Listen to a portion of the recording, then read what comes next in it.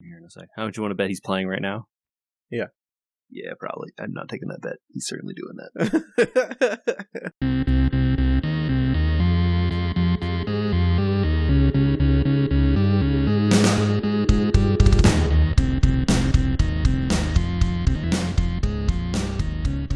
We're here. Hello, Hey, Michael. Hey guys. Were you playing Switch? I was not. Oh, you should have taken the bet. Dang, I should have. What was the? Oh, we were guessing that you were like a couple minutes late because you were like frantically trying to finish your Switch game. JJ, Yep. how does Warcraft 3 Reforged still not have a release date? It's not out. That's how. Well, it says by 12/31. Nope. That analog pocket has a micro SD port, and there are rockers on the back for extra buttons. What do you rockers mean? You know, like R and L buttons? Oh, okay, gotcha. Uh-huh. Shoulder buttons. Shoulder buttons. Welcome to We Were Gamers, a podcast about retro gaming. Is that what we do? I mean, we are could be considered retro, and We are. and we game. Oh, Nice.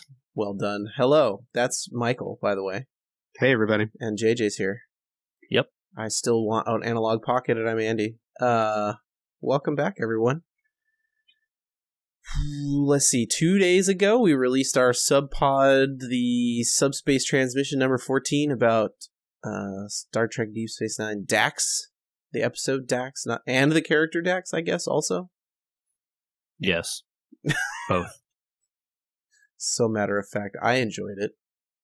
It was good. We had a fun time. Yeah. I like Deep Space Nine a decent amount. I think I didn't remember the first season being a little bit rough, but it's still very good. Yeah, as we talked about on that podcast, I've been watching a little bit of it, and some of it is good, and some of it is like, yeah, okay. Oh, well. Excuse me if I drop out of this podcast. I don't know if either of you have this. I'm assuming, JJ, you don't. Michael, you may. But we may have a visit from the Wicked Witch of the West here any minute. My house feels like it's about to blow away. Is this some kind of like code word because you don't want to say a bad word or something? Why the Wicked Witch of the West is people? No, I mean literally. It feels like there's a small typhoon. Well, a typhoon would have rain, so Twister outside my window here. The tornado. Tornado Twister. Yeah. Okay, I'm just making sure that we're not like. Is this like the bad word of the day or something? Like, I was very confused why we didn't just say the word. Tornado. No, I thought I was being clever, but yeah. I'm sure at some point in here the wind will buffet this window and everyone will hear it. But we live in California, and now when there are high winds, sometimes they just shut off your power. So we'll see. What if your neighborhood was built like a sane one and the power lines were underground? Just saying. Not in this country. Nah. I don't know. That's a thing that people do in places like my neighborhood. I'm just saying. It's all right. Stop talking nonsense. Take JJ. it easy, Richie Rich. What? This I'm neighborhood's sorry. from the 60s. I don't see. We don't live behind dollar bill-sized gates. Man, I wish I did. That would actually be kind of cool. Yeah. Like, imagine, like, the mansion of Scrooge McDuck where there's giant dollar bill signs on your gate as it opens.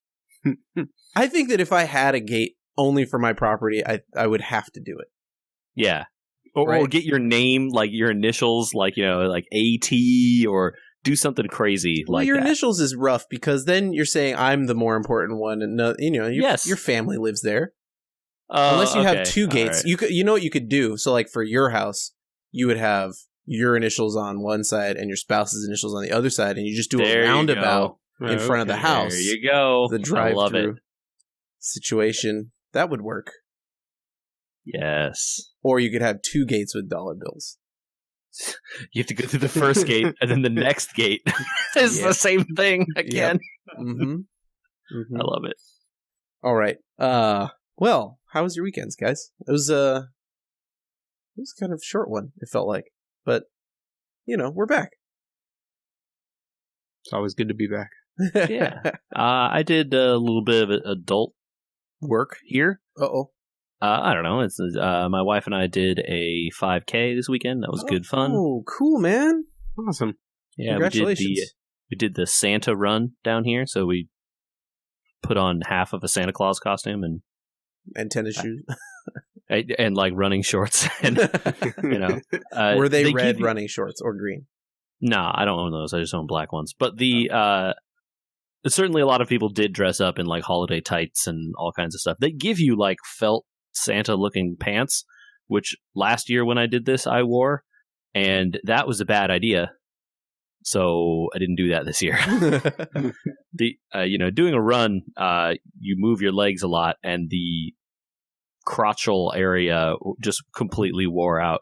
There's your bad word of the day. It wasn't good. And I wore pants underneath those because also they're like very huge. So you wore pants under your felt pants. Maybe that was the problem. The problem was just wearing the felt pants. It's that I didn't do that this year and had a great time. We didn't do a proper control though, because you didn't wear pants this year and be fine. I did. Oh, just the felt pants. Well, there would be a problem at the end. Aforementioned wearing out issue, and then all of a sudden you would just be exposed indecently. We got off the rails. That was good. That was worth it. Thank you. Welcome. Oh man. Oh, Michael, save us. Get us back on track to anything we used to do on this podcast. All right, I'm gonna take you guys back. We're going back to the 90s. Some of the greatest children's television programming of all time. If this is about the Zelda show, I'm just gonna take my headphones off, and you guys text me when you're done. What? I think Andy's power just cut out, JJ. Oh, whoops. No, very funny, very funny. No. So I'm gonna throw a name out there, and I want you guys to tell me what comes to mind. Olmec. The final boss of Spelunky. Oh, now where I thought you were going with that. Hidden Temple. Yes. I was going to say it's Legends of the Hidden Temple is what it is. It is Legends of the Hidden Temple. Now, what if I told you they're bringing it back? I'm in. Are they bringing it back the teams?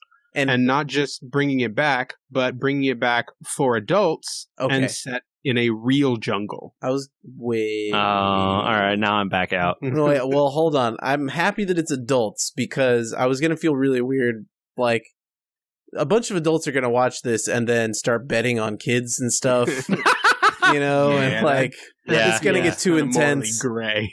Yeah. But in so this is run by Mark Burnett or whoever runs the reality TV. The reality TV guy, right? Yeah, it's being brought back by Quibi, who I am not familiar with. Michael, I think you sneezed into the microphone there. Are you talking about that thing from Disney? Or no, from Nintendo, Quibi? You mean Cubert? No, not Cubert. What's the cube that isn't Cubert? The one that... Oh, no. Never mind. Move on. Huh? He's a spirit in Smash is the only reason I know him, and he's literally just a white square. And his name is like Quibi also, but I can't. You know what doesn't research. Matter? Anyone who's a spirit in Smash, they don't matter. Quimby? Hey, no one that's a spirit in Smash matters. All the fighters in Smash are spirits in Smash. Okay. I think you walked into that one. Michael, is this being run by like a company with money, or like is this some fly-by-night guy trying to scam people? Because that's what it sounds like. So apparently, I did do a little bit of research because I had never heard of this company. They are a short-form mobile video platform that's supposed to launch in April of next year. Where'd they get the money? Scam. I don't know. Because that's scam. That's a Nickelodeon property, right? The Legends of the Hidden Temple was, I think, a Nickelodeon show, right? No research. I feel like it was. Ooh. All right. I'm going to go with I watched it on Nickelodeon. That sounds right. I have to imagine it was. But if you know the answer, because you're probably screaming at us if we got it wrong, that would be trash at We Were Gamers. Podcast at wewergamers.com. But I actually, like, there certainly must be people that listen to this podcast that know this. And please tell me. Are you I'm actually curious? Okay. Yeah, I want to know. Like, what was that? I'm not going to research it. So Okay. someone else. Well, tell no me. one got gacked on it. No, that was So Right, no. we don't have a positive or negative. But I mean, did without anyone get slimed on Guts? I don't think that ever happened. That's definitely Nickelodeon. That was definitely Nickelodeon. Yeah. And I don't think anyone got slimed on it. So I think you might be okay, maybe. Did Or they I'm get wrong, the I don't know. dude? What's the dude's name? the guy who hosted it. Yeah. Ooh, what was his name? He's probably old. They probably don't want him. Hey, man. This is like a pure nostalgia-driven thing. So I kind of guarantee you that they're into... I mean, they're making it for adults, right? Right. So I mean, that's the hook, right? Is the nostalgia. That's how they want to draw people in. He's got to be like boomer age. Hey, dude. There's no ageism on this podcast because literally his name was something weird. Like, it was something strange, like Tim Boggs or something. Of course, with You like could literally two name any Gs. name and tell me that's who it was, and I would probably It believe was you. short. It was like Tim Boggs. I don't know. Somebody's going to also be mad. Put all of the things you're mad about us talking about Hidden Temple without doing the research about it in one email. Andrew probably just named like a 1915 baseball player. Okay.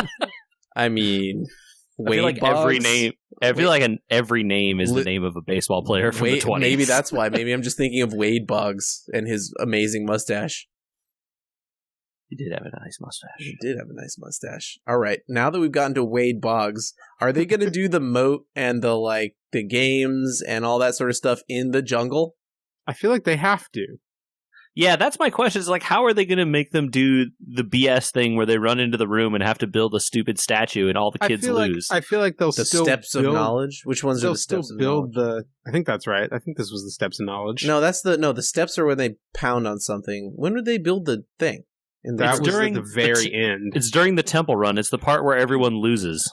Oh, Yeah. So okay. once one of the teams has knocked all the other teams out, they send them into the temple. Right. Trying to I want to assemble the know why, after like that thing was on the air for a few years, people hadn't memorized the temple layout. I think they changed it. I think it was modular. I think that, but I also think the show may have been rigged. Yeah. Also, likely. you never, even if it was the same, I think they could put the temple guards in different places. When did you assemble the monkey? That's what I'm talking about. You build the statue. idol. Oh, I It's thought in you said the different pieces. blocks. You build blocks. No. You like build a statue or something, and that's what you're talking about, right? I think that's it at the Okay. end. or How near does the an end. adult do that and make it hard? They just give him 5,000 tiny little pieces. Sift through this sand and find puzzle piece sized things and figure it out. Yeah.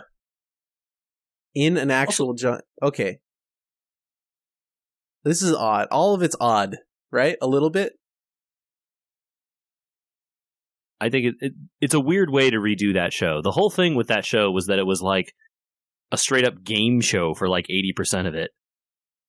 And then the like weird jungle theme stuff comes in near the end. It was, Or that's my recollection anyway. but it was also kind of like a kid's version of all those Japanese game shows, right? Where like Certainly in that vein, yeah. In that it vein. felt like that. It felt like a weird themed only version of Double Dare. yeah, okay, Okay. sure. Yeah.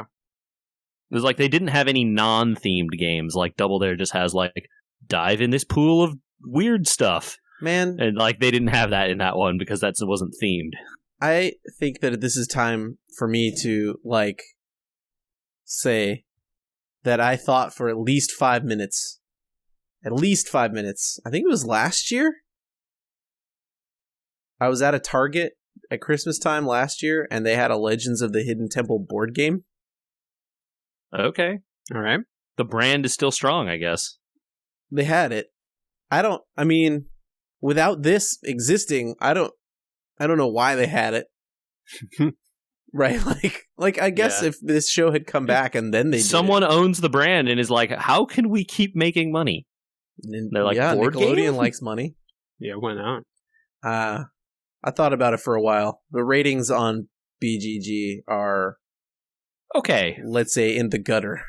Let's first off, though, you're going to Board Game Geek, which is what he's talking about here. A group of people who rate games that are impossible to play in one sitting for a week, basically, as like, these are the best games ever.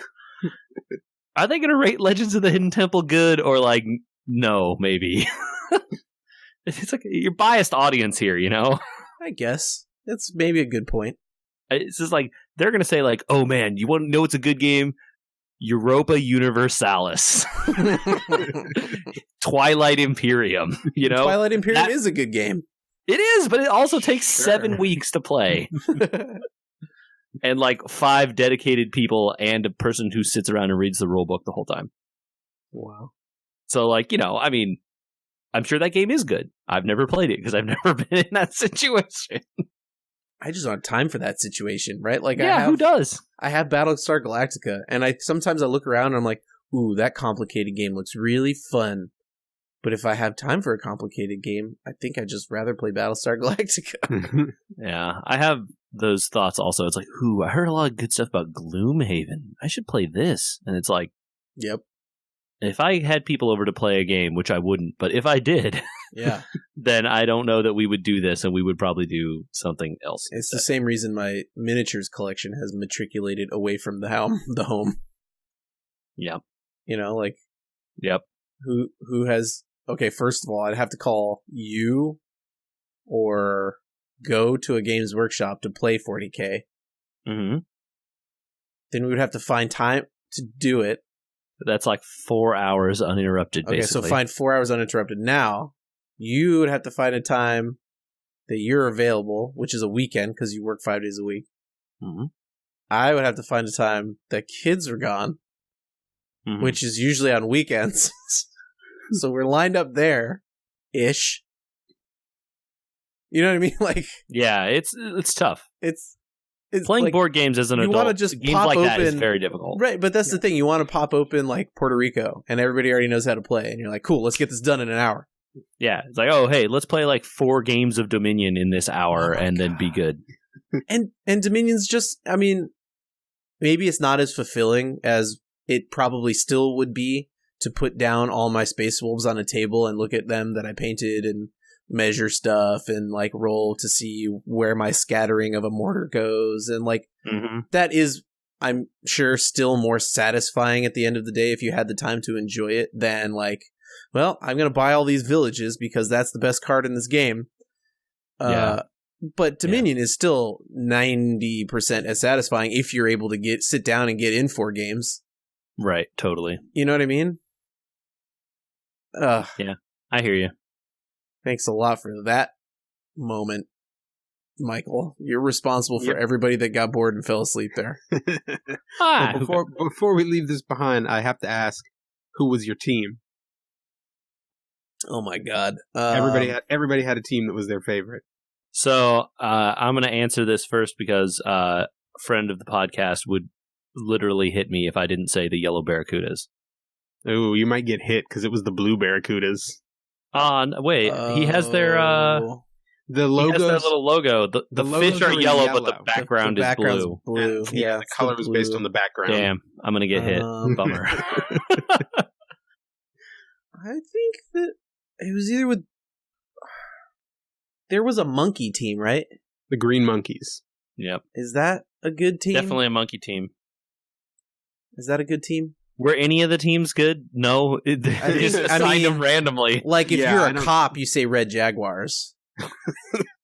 Sure. You know what I mean? Okay. Yeah. Yeah, then there were the less loved teams, the orange iguanas, the purple parrots, and the silver snakes. I was going to say there was a silver team, and I didn't remember. I'm pretty sure Green Monkeys was the one. They had a yellow logo too, I think. Yeah, I think all of the logos might have been yellow. Who's the winningest team? If you know the answer, please. Now, that is an answer that goes to podcasts@weweregamers.com. Yeah. Please, tell us. Okay. Yeah. Okay, but Michael didn't answer the question. He asked. Oh yeah, mine was also the blue barracudas. Okay. The house divided though. I'm sticking with Green Monkeys. I think that's good. Oh man. All right. Thank you for that, Michael. I don't think I'm signing up for QB to watch it, but I am curious to see what happens. If they're actually running through a jungle or if they do the steps. I really want it not to be a scam. Yeah. Hope's dashed. Childhood me wants it really not to be a scam. Dang. Yeah. All right. Well, speaking of having time for things, how much time, Michael, have you had for your new toy?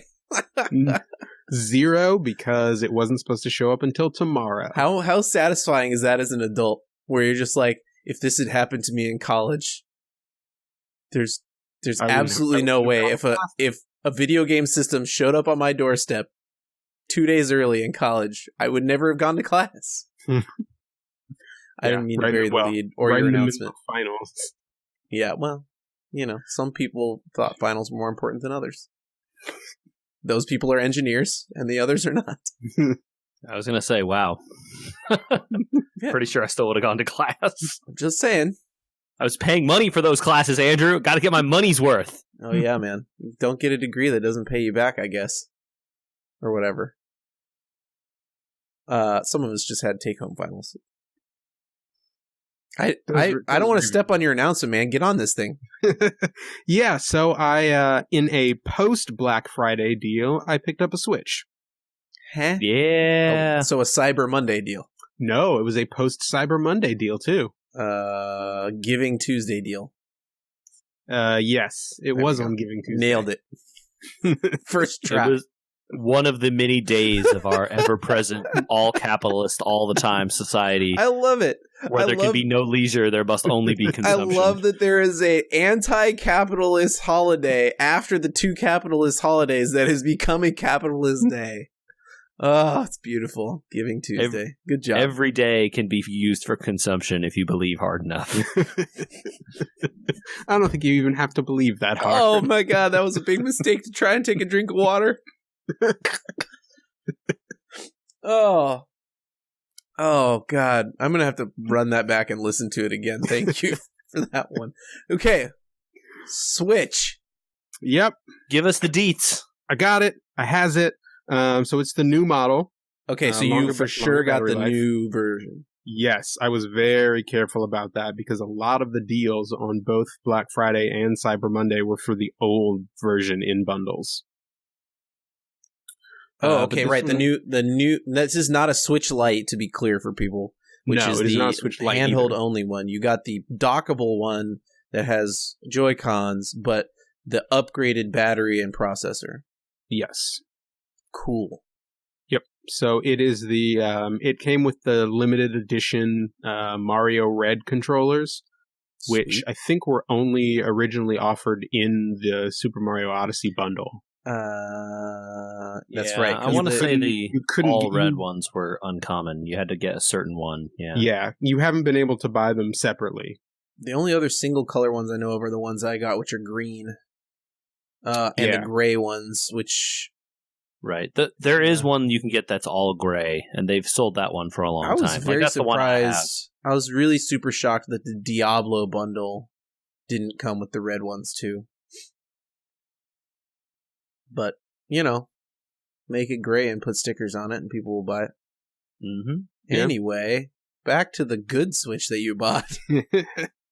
What did it come with? So this one came with... I could not find a deal for a bundle that came with games that made sense. It was either games that I was not interested in, that I couldn't recoup the value of, or it was games that I was interested in, but they were with the old model. So this one came with a carrying case, Mario Bowser carrying case, and an e-store credit. Nice. Can you put games in the carrying case, like little Switch games in there? You know what? I don't think I've opened it up yet. Oh, because that is a good He hasn't question. even played the thing for real. He That's hasn't true. carried it anywhere yet. Yeah. Well, man, this is too early because I gotta know once he settles into, is he a handheld guy? Is he a, it's like we're so divided, JJ and I, on how we play our Switches. Yep. I have played mine docked to play Mario Party with 4 people. That's the only time I've played it docked. So obviously it's too early for that, but we're curious to know. The case is a good thing. Like, you really will want it, even if you're just packing it up to take it somewhere with the dock or something. Yeah. I agree about that. I think having any case is worth the money. There's questions about how much you spend on it, but anything that pads that thing is a really good idea, especially because those Joy-Cons are so delicate. I'd be worried about snapping them in a bag if you weren't too careful. Mm-hmm. That's cool, man. The eShop credit's cool because there is rumors, and I don't know if they've been substantiated yet, that their Christmas sale is coming and it's going to be way bigger than Black Friday. Like massive, like 80% discounts. Nintendo's eShop Christmas sale. Nintendo having giant sales sounds like a lie. They've never done that as far as I know. So there were a bunch of things on sale. So I got it set up last night and I was sort of tooling around in some of the menus. And I jumped into the shop and there were several things already on sale. I have bad news for everyone about this, and it sucks to say this as a proponent of games, indie games, and buying things on sale. People on the eShop have figured out that there's a little section that says hot deals or whatever on the left-hand side. Mm-hmm. So if you put your dumb game on there that costs $3 on every platform, and you put it on the Switch at $8 and then put it on sale to $3, it's always in the hot deals section. Yeah. So again, seeing a sale where it goes up to 80% off does not ever interest me, because the good games are not actually discounted like that. And if they are discounted like that, what it means is people are illegally manipulating the price to raise it to make it look like the discount is bigger. So they haven't policed which, by the way, that, is illegal. Yes, it makes me upset that they haven't policed that yet, but it's indie developers, so... And to be fair, not just does this happen on console platforms, this happens on PC all the time also, where it's also illegal and they don't police it. It's pervasive everywhere, but it feels especially bad on a Switch where this has never been a problem on a Nintendo platform before because they were so closed off.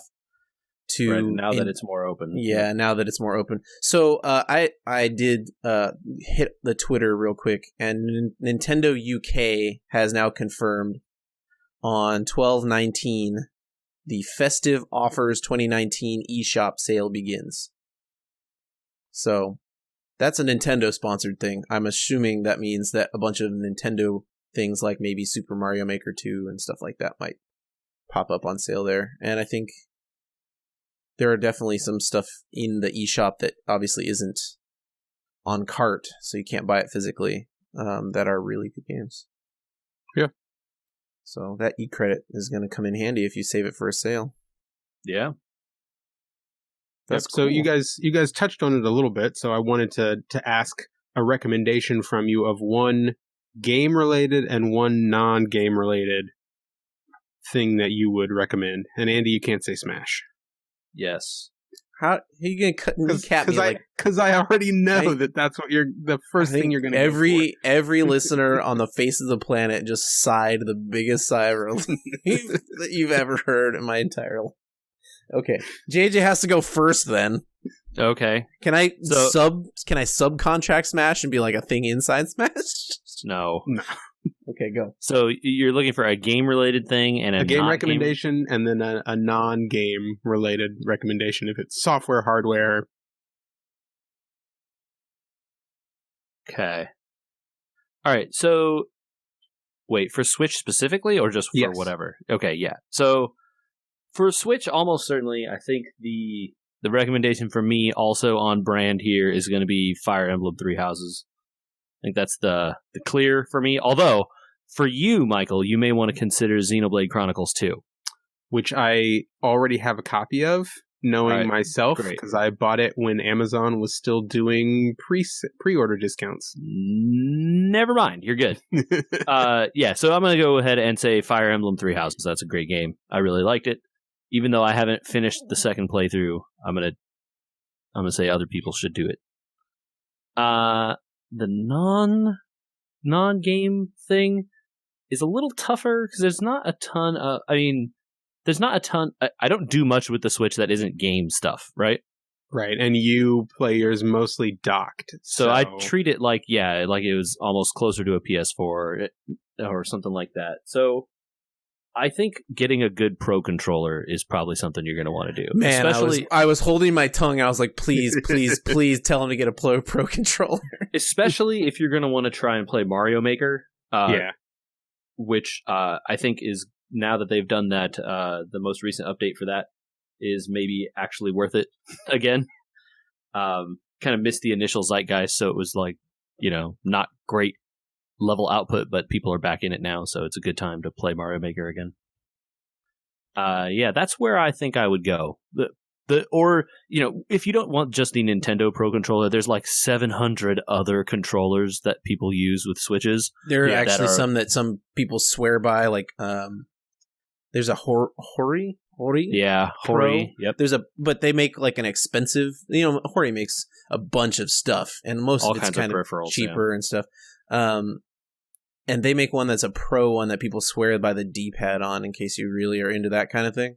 They also there's also one, the Pokken controller. I've heard a bunch of Pokken is the big one. Yeah, I've heard a bunch of people swear by the D-pad for that. Yeah. I've also heard a bunch of people say the 8BitDo ones are good. 8BitDo makes some good stuff. So you might want that Pokken one if you don't go with a Switch one. Although Switch has been kind of notoriously bad with third-party peripherals so far.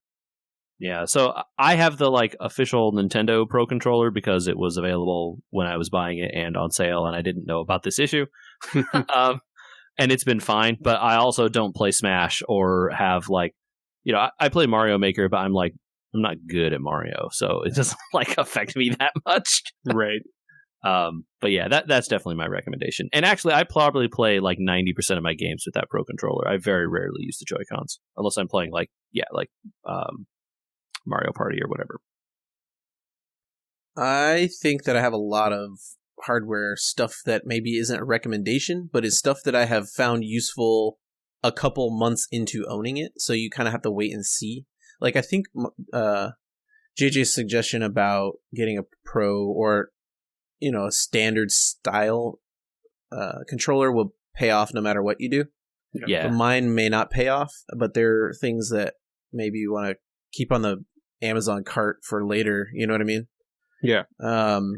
I got a glass protector for my glass, but with it on, it makes it a little bit snug in the dock. So if you're docking and undocking all the time, maybe it's not the best thing. Gotcha. But I knew I liked playing it mobile, and I was tired of seeing smudgies all over the place, and I got worried about scratching it. After I got a case, it's not a case, it's like a snapback. I guess you have to call it a case, but it's not like a felt zip case that you put it in. If anybody has seen me recently with my Switch, it looks like it's a old school, almost like what was that Sega handheld? The Game Gear with the big handles on it. Oh yeah, because I got to wrap around. Yeah. So because while I was playing it handheld so much, my hands were cramping because it's just kind of it's like holding an iPad and then trying to use a bunch of buttons. So the Joy-Cons are unbelievably tiny for adult hands, and if you are going to use them or need to use them for whatever thing, you will feel so much better using some other controlling method. I mean, I have a I have like a 9.5-inch hand span. It's very uncomfortable to use long term without some sort of palm support in that configuration. So I got that to kind of like bulk up the Switch. But both of those things I think are like, hey, I love playing this handheld. Okay, you need to get something, to protect it while it's handheld. Also, I don't think you need extra Joy-Cons, so I'll just throw that out there. Yeah, I mean, unless you're going to be playing Mario Maker or it's like Mario Party, I think. If you got a Wii, you went out and got extra controllers. Yeah. At least one. I don't think you need to. All right, so that's hardware.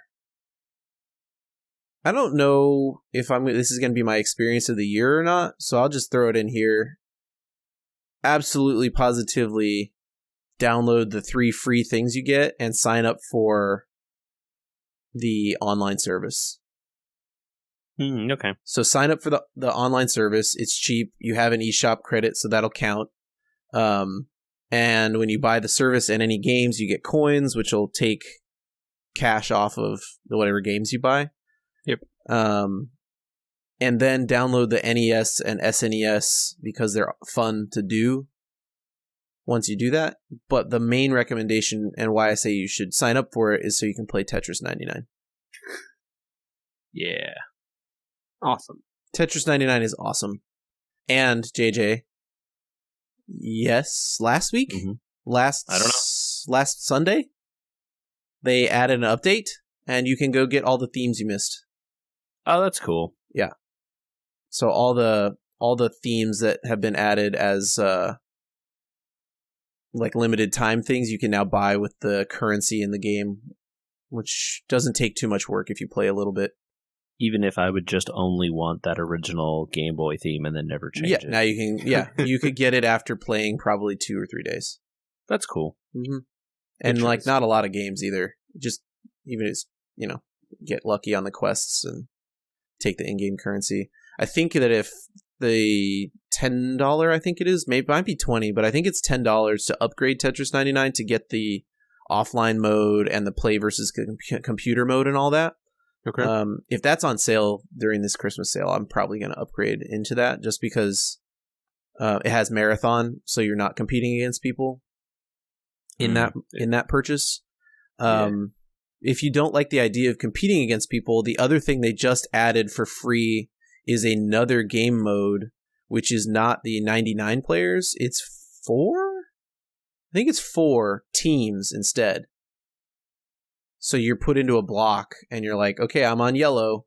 And then you help attack players in another block, the red block, the green block, the whatever. So it's Tetris 99 Go? Go? Or isn't it like, it's not really Tetris 99, it's more like Tetris 75 because it's 25 of you against it's basically 75 other people. Yeah, exactly. Right. Yeah. So that's an interesting mode too. That game keeps getting updated and it's weirdly fun. And pretty snappy on the Switch, and that's the only way to play Tetris on your Switch. So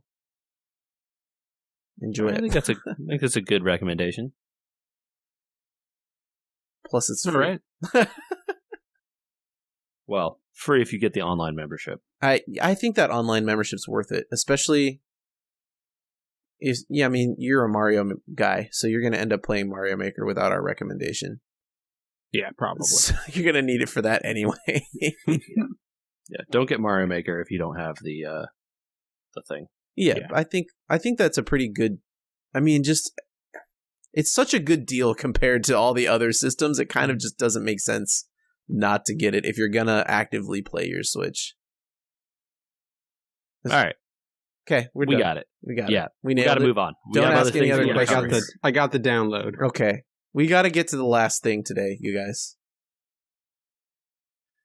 There's maybe 2 component classes left, and this is a big one. Maybe the biggest one. Possibly bigger than the computer you've built. In my case, it's currently true. It's definitely staring us right in the face. It's staring you right in the face. How did we miss it this long? You did all this work, Michael, to make such a beautiful machine. What do you how do you tell it's doing anything? I got to see that output somewhere. Component class, guys. Monitors. Oh boy, here we go. If you thought keyboards and mice were a personal choice, get ready.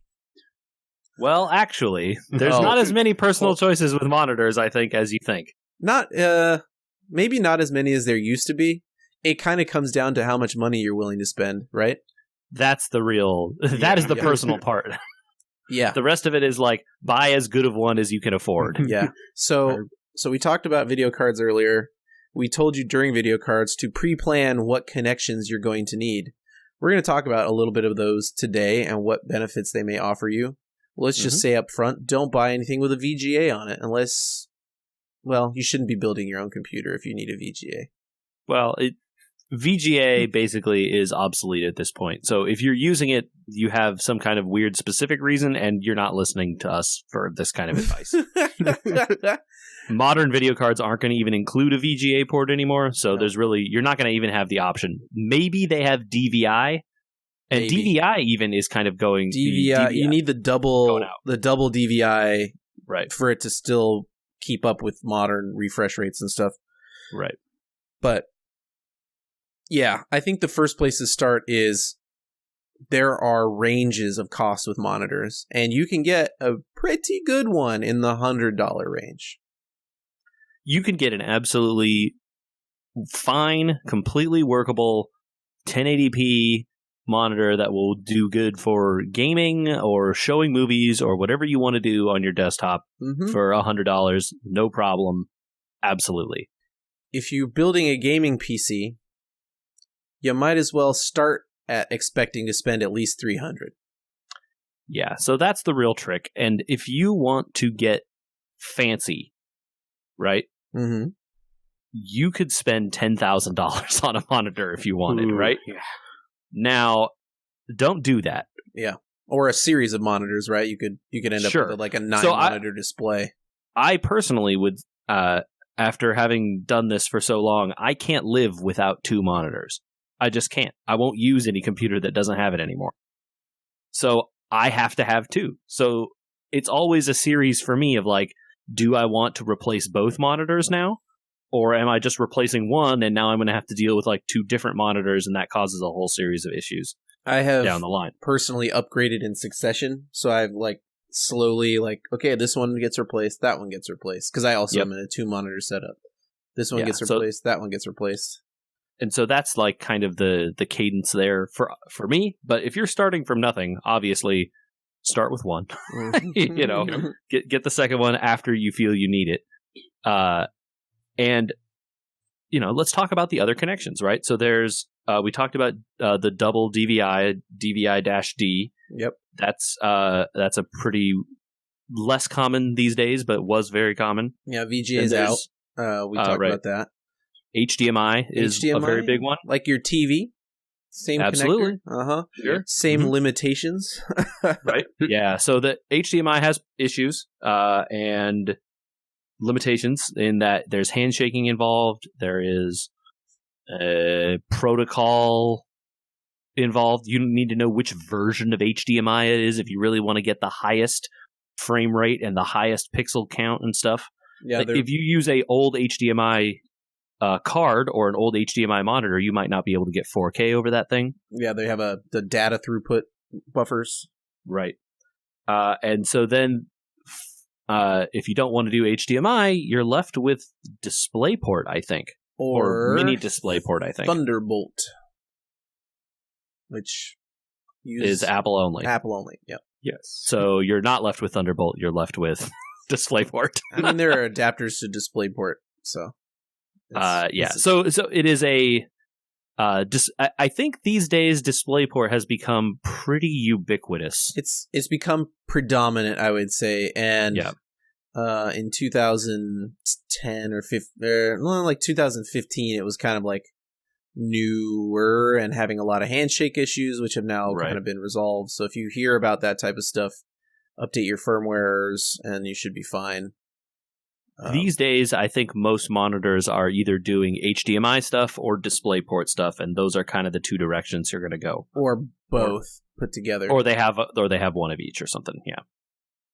But that side is more likely to be determined by your video card and which ports it has than the monitor, right?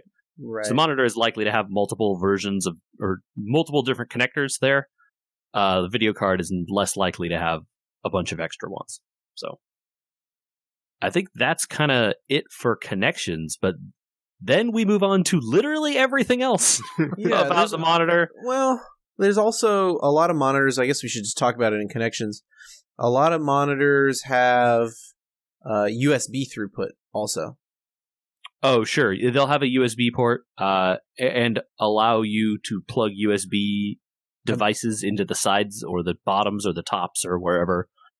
And you need to run an extra cable from your desk down to your computer or wherever it is in order to make those work. And if you don't do it, those ports will never work and will do nothing. They don't put through the display port? It depends. It's possible that some of them go through DisplayPort, but I think most of them use a separate USB. Oh, okay. That one was a question I had because I don't know how that works. I believe anything is possible. I believe, but I don't believe they go through the. I don't believe the DisplayPort acts as a USB hub. I believe they have a separate USB hub that connects just. That one might. That's how the ones that have that at my work. Okay. My office work. That one might be one we need to clarify, but I think that there are definitely ones that I've seen dual cables and some that I question, but I might just be picturing something wrong. That one's just... Anyway, moving on. You're probably more than right. You got a next stuff that probably... Size. Yeah. Inches is something you'll see right off the bat. Michael, how big is your monitor? Mine is 22 inches. JJ? I have a 23 and a 24. Okay. And I have a 27 and a 21. And these are measured like TVs in corner to corner. Yes. So that is the length from the upper left to the lower right, or vice versa. But not across or up and down. But distance from corner to corner, size-wise, may not mean much of anything if Michael, let's say... What are the pixel dimensions, right? Yeah, you're talking about your resolution at this resolution. point. Yeah. Oh, okay. So mine is a widescreen, so it's 1680 by 1050. 1680 by 1050. Oh wow, that's like a cinema.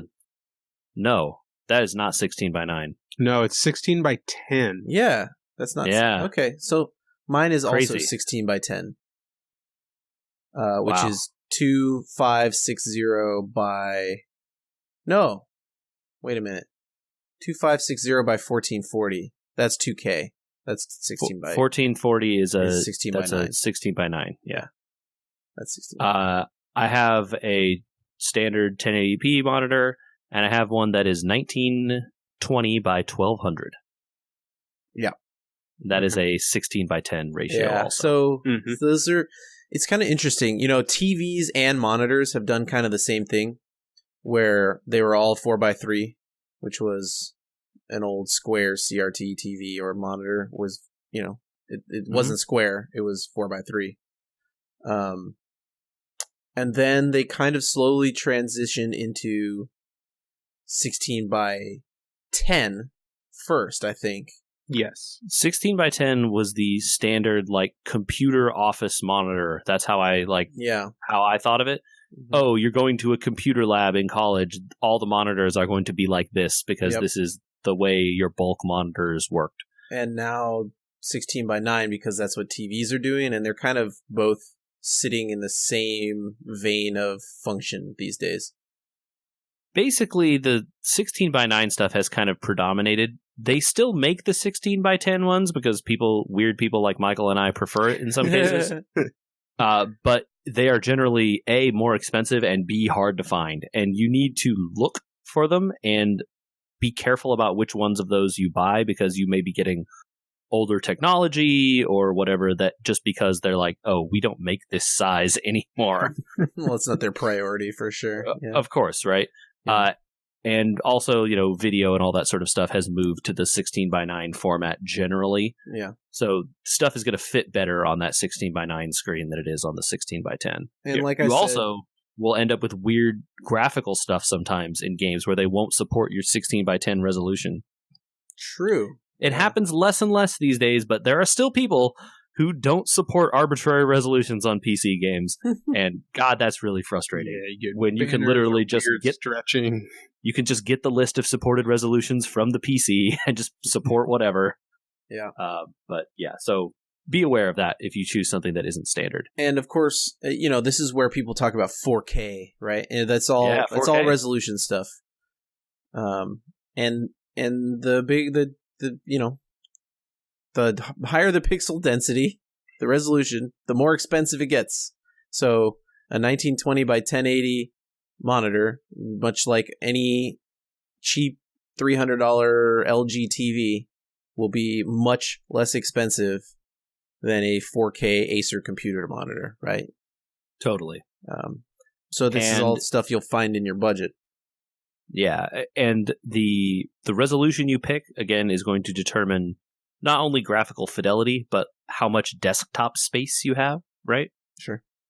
Stuff like that, which maybe doesn't seem that important to you, but when you move from, say, a 1920 by 1080 monitor to a 2K 1440p resolution, all of a sudden you're like, oh, I have so much more space. It takes a long time to move your mouse from one corner to the other, guys. It's huge I'll now. tell you. Wow. I'm on a 1440, and it is massive.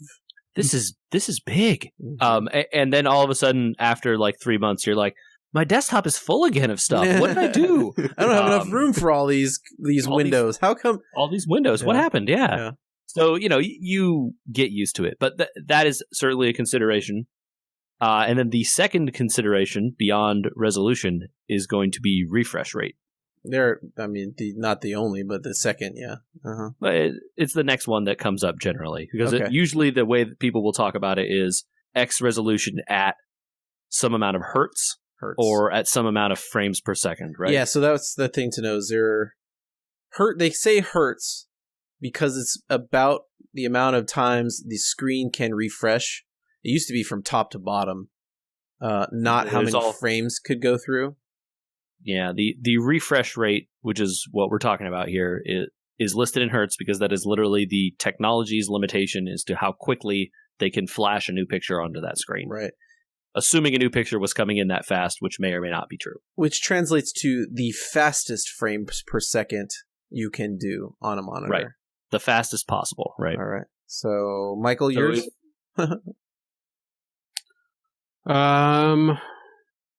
Very commonly, 60 hertz was the thing. I think mine is 60. Yeah. Most PC monitors are probably going to be either 59 or 60. Mm-hmm. Then you start getting into the weird stuff, Andrew. Yeah, buddy. I'm there. I'm in it. I have a monitor that is 120 hertz. I'm 144 hertz, baby. And now there's people doing 144 and even other weirder not resolutions, refresh rates. 144 hertz on this bad boy. And those it just means you can't have more frames than that, right? Right. The eye You're not going to get 144 hertz from most things, but you have the option, right? If you want to see Quake run really fast, I have. It has caused me problems with Skyrim, especially because if you run, we could talk about G-Sync, and the computer tries to run Skyrim at 144 frames per second, it's going to be bad. Objects do not move at the correct speed because that game was programmed to cap at 60 frames per second. Mm-hmm. So you'll die from collision with objects flying through the air. And you're talking about G-Sync, and that is a monitor technology run by monitor NVIDIA and video card technology. Right. And there's a whole thing, but basically what G-Sync does is eliminate tearing. Which again, we're kind of getting off into the weeds here, but basically... Tearing's important to talk about if people are building a gaming PC. We should talk about FreeSync and G-Sync, which are the two options you get. What happens with tearing is a frame is being displayed on your screen, but because the refresh rate and the number of frames being displayed by your computer aren't lined up correctly, you can get a part of a frame and then a little band somewhere, usually near the top or perhaps the bottom of your screen, that is just a part of a new frame. So it's like you get a picture, but like imagine the frames are scrolling down like a film would, right? And it doesn't line up perfectly on the screen. There's like the edge of the next frame on the top or the bottom. That's what tearing is. And it happens pretty commonly in games if you are trying to push like a lot of fidelity or something, or very high refresh rates, right? Like lots of frames per second on maybe something either that can't handle it or on something that's refresh rate doesn't really line up with the number of frames you're putting out. Mm-hmm. Which is why video games often have the option for V-Sync, which if you don't know what that does, if you're having tearing, you click that V-Sync button, tearing goes away. What FreeSync and G-Sync do, the two competing technologies, one by AMD and one by NVIDIA, do is basically make the monitor and the video card talk to each other, and the monitor will refresh at the rate of frames that it is getting, which basically makes tearing impossible and provides this really smooth and cool looking motion. It is when it works. Very difficult. Yeah, when it works. It's very difficult to explain in words, but if there's like, you can go onto their websites and see like simulations and videos, and you'll be like, oh, I get it. So I encourage people to go look up like how FreeSync looks or G-Sync and look at it if you're curious. And it's a technology also that you're going to end up paying money for, right? Yes, you will pay. It is a feature that you will have to spend extra money on to get on your monitor. Yep. And make sure your video card supports it before you do that. Yeah. So that's response time, I guess, is one other thing we didn't talk about, which was how fast your pixels can actually change from white to black. So that's important in video gaming mostly because of the, like, so let's say you're staring at a scene in the snow, right? And you whip around and there's a cave behind you and it's mostly black. The frames per second may keep up, but your pixels may not be able to pop in super quickly. Most monitors now have milliseconds worth of response time, so it kind of doesn't matter. Well, interestingly, a millisecond... Here we go. A millisecond, right, is only good if you're not putting out more than 100. If your refresh rate isn't so high that it's now refreshing faster than 1 millisecond, right? I like that you got ahead of me. Sure.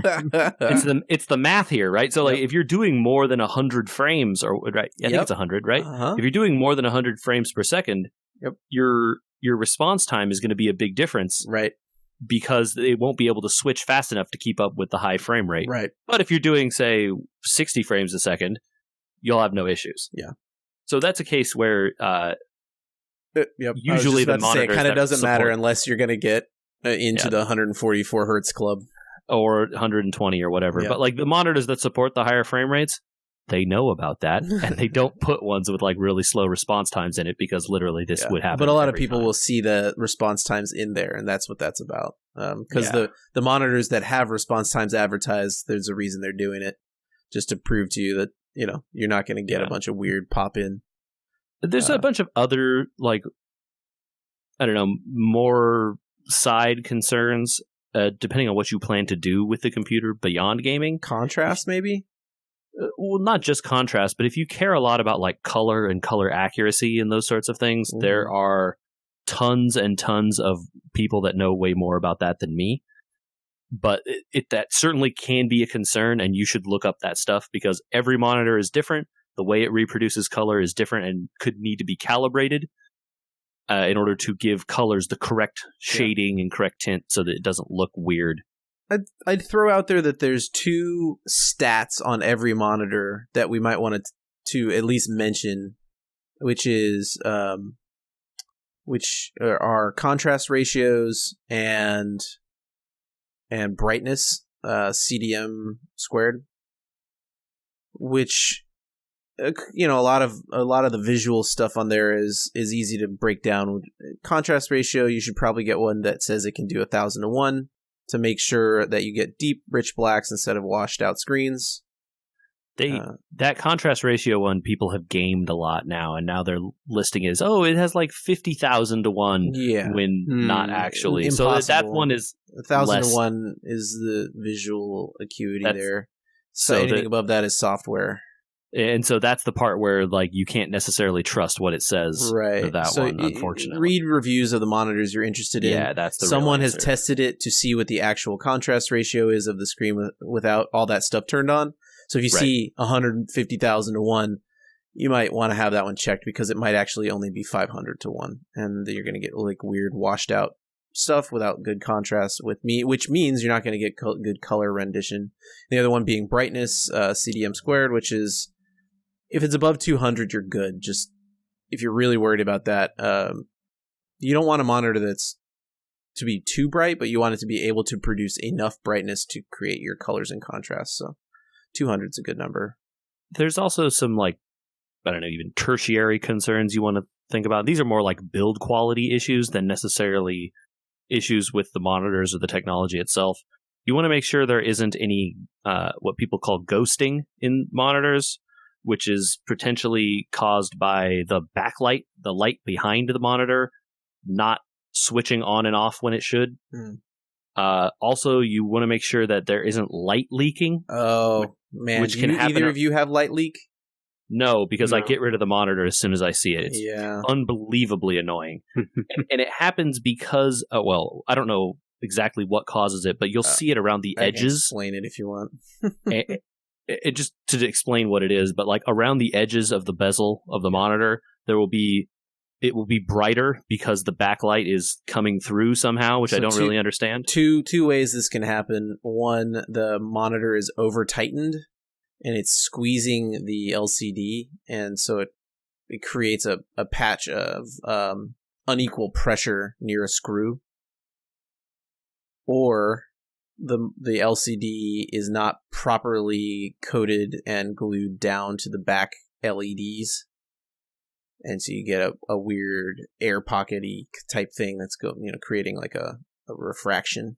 Yeah, that can be two ways you get light leak around the corners, which are why I've said they're build quality issues rather than. And that's the kind of thing where you want to read reviews of people doing that and having tested it, and real customers who have bought the monitors and said like, hey, this thing has these kind of problems or whatever.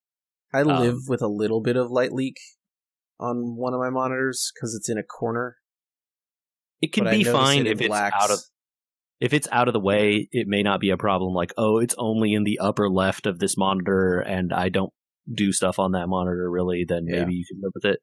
But it more than a little bit, and I would just either return the monitor or get rid of it because I can't stand that stuff. Which is if you buy the monitor new, not a problem. But if you are thrifty and you want to maybe buy a refurbished monitor or something like that, you may not have that option. So just to keep an eye out for light leak when you buy a monitor, if you can. I don't know, Michael, if you've run into a lot of light leak in your time. I haven't really. Yeah. I mean, I've run into it, but never with anything that I've had. Oh, okay.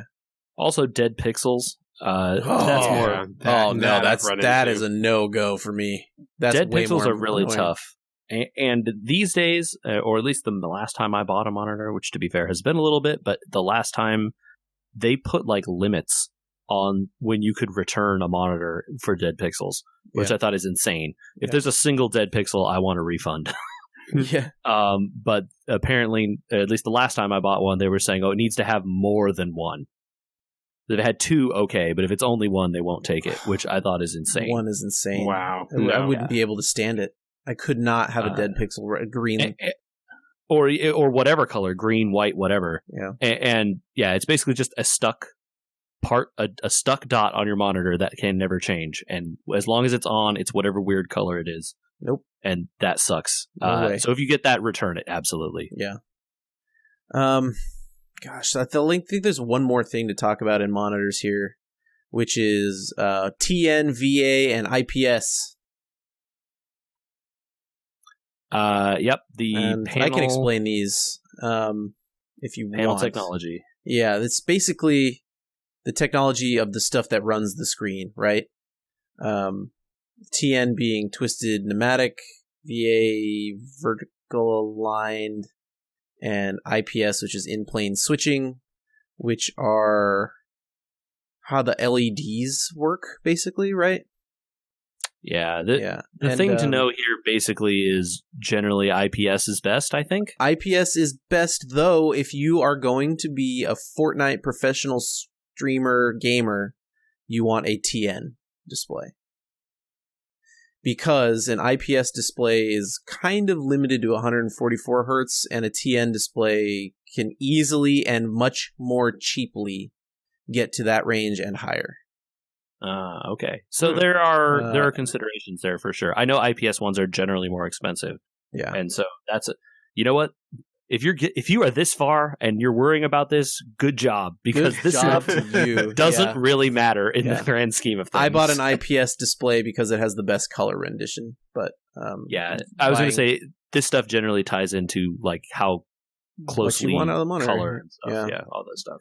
So man, I'd say it's important to, I don't know, maybe Michael, you can weigh in here, being maybe the most frugal of us when it comes to the monitor situation, maybe the most level-headed. I went with maybe something on the little bit more of the expensive end of, like, I think it was like $300 something bucks refurbished, but it's a $600 monitor because in building my computer, I wanted to walk away knowing I had maybe a technology that would last me 2, 3, maybe even 4 computers. How do you land on that in terms of where your price point and stuff is? Because I'm kind of thinking you want near the current tech, so you're not stuck with a VGA monitor because it was cheapest, and then the next time you build a computer, the VGA connector doesn't work anymore. Yeah, so I'm probably getting close to the point where I'm going to need to start looking for a new monitor myself. Given that this one has been good, has been really good, but it's starting to get just a little old. But I think the monitor is one of those things where I might be willing to spend a little bit more for something that's a little bit more towards cutting edge, just because it more than almost anything else is what you interact with. Yeah. Right. And a monitor, a nice monitor can last you through multiple computers, know, depending on if you build your own and depending on how quickly you swap out components or start over. The monitor can last you through 2 or 3 boxes. Yeah. And I think the last one I got was an HDMI, and that's kind of it, starting to run its course. A lot of people have switched over to DisplayPort, like JJ was saying earlier. So this new one I got, I guess I'll just throw it out there, is a refurbished Acer XB270HU Predator. Because it's for gaming. Which is QHD, which is the 2K monitor with G-Sync, 144 hertz. Came with a DisplayPort. And I actually just bought a second one so that I'm going to have 2 identical monitors in front of me. I don't know that you don't run a dual display, do you? No, I don't run a dual display, mostly only because I don't have the desk space. Yeah. I run 2 at work, and I love having 2. And I know JJ and I were talking earlier about, like, if you upgrade one at a time, you kind of end up with monitors that may be a little slightly different shape or size or whatever else, like 2 different inches, etc. But I've been staring at this one in the middle long enough, and I like the 2K look. I like the 27 inches, so I just in this computer build, finally ponied up and bought a second refurbished one from Acer. So it had the light leak warranty if needed, to kind of just change out the other side display to be equal. But moving into the DisplayPort world, it kind of keeps the monitor so it can last you a lot of years, which I think is a good... You can stay within your price point, build a budget, but when you're looking at connectors and stuff like that, and resolutions and things, 1920 by 1080 is good, but it's not the future, maybe? Yeah. When you're buying? I don't know. You have any other advice for people on monitors there, Michael? I mean, I think we've hit on all the big stuff. Yeah. I don't plug anything into mine with a USB. I don't know if that's really needed. Yeah, I don't think mine actually has a USB. The fact that I don't know probably tells you all you need to know. Good point. Yeah. Good point. Yeah, I don't know. There's a lot of... You could get really into it, like viewing angle, your pixel pitches. I don't know.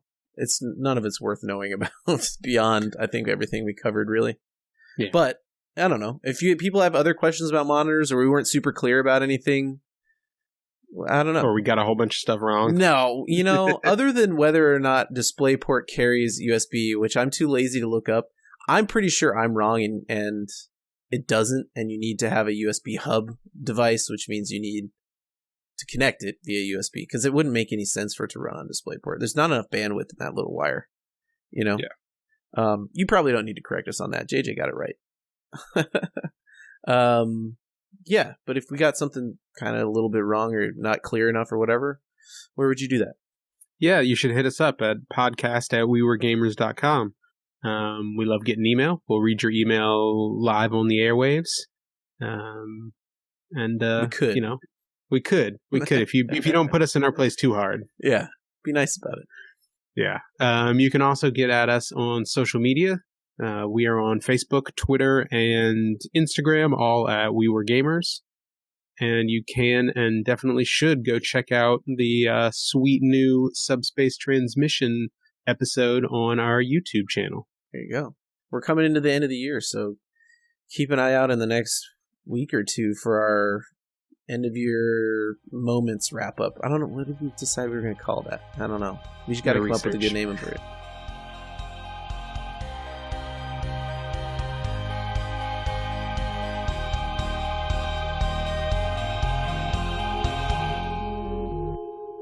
Maybe, I don't know. Do you still want to talk about Battlegrounds? I mean, I'm still playing it. If you want to talk about it, we could, but not much has changed, really. I had a really bad run. I guess we could just talk about it now, since it's not that interesting. Okay. But I got to like 5,300. Nice. And then I got all the way back down to 4,800. I was going to say, I was up at 5,100 2 days ago, and I'm now down at 4,900. So it seems like a very harsh cap around 5,000 of like players that know what they're doing.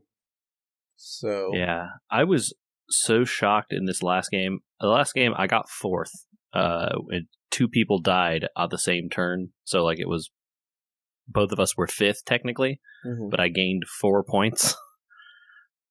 So many people. The first person got out really quick, and then the rest of the people lived for so long. Yeah, around. And it was like I noticed you couldn't like you had to just like if I tavern tier up, I'm gonna die. Yeah, like I can't go to tier 4 because I'm just gonna lose. Can you hear that? Hear what? The microphone keeps activating because the wind is buffeting the house so hard. It's crazy. It seemed to happen right around 5,000 for me that I noticed that everyone just stopped dying immediately. Yeah, and like dude, you'd hit a guy that had 1 health, and all of a sudden they seem to have just like gone on a tear, and you're like, where did you get all these minions? I don't understand. Or like games that I watch people at higher tiers play the game to try and learn weird tricks. Like what to do to keep Rafam from tripling things that you shouldn't, and like how to use Shutter Walk more effectively. So like I watch players do that, and I learn stuff from that. And then I watched like Crip last night and gets like 4th, 5th, 4th, 4th, 4th, 3rd, 2nd, 1st, and I'm like, dude, sometimes my boards are better than these, and I just get knocked out. Like last night, I played a game where I had 2 of those Wrathweavers and the new demon, all 3 of them over 50-50. And yeah, a dude that I had... all it takes is one guy to have poison and you lose. So a dude that I had wrecked earlier had 1 Murloc. By the time I got back to him, because no one somehow managed to do any damage to him, he had a whole board of Murlocs, which he had like at least 2 triples of, and got the Megasaur both times, so he had Divine Shield Poisonous on everything. Yep. And you're just like, well, cool. That's 25 damage all of a sudden. Mm-hmm. One of the games I played either earlier today or yesterday, I went from 3rd place to dead in 1 turn. Yeah, I was 8th. I got 8th in that game. I've been in games where I'm just like, I'm picking the best minions I could possibly pick. I don't know what else I could possibly be. I'm playing correctly, and I'm just hemorrhaging health. There's no way to stop it. Yeah. It happens. Right. I'm not on tilt about it, thankfully. Hey, all right. Save it for the podcast. Oh, I recorded all that so that we could just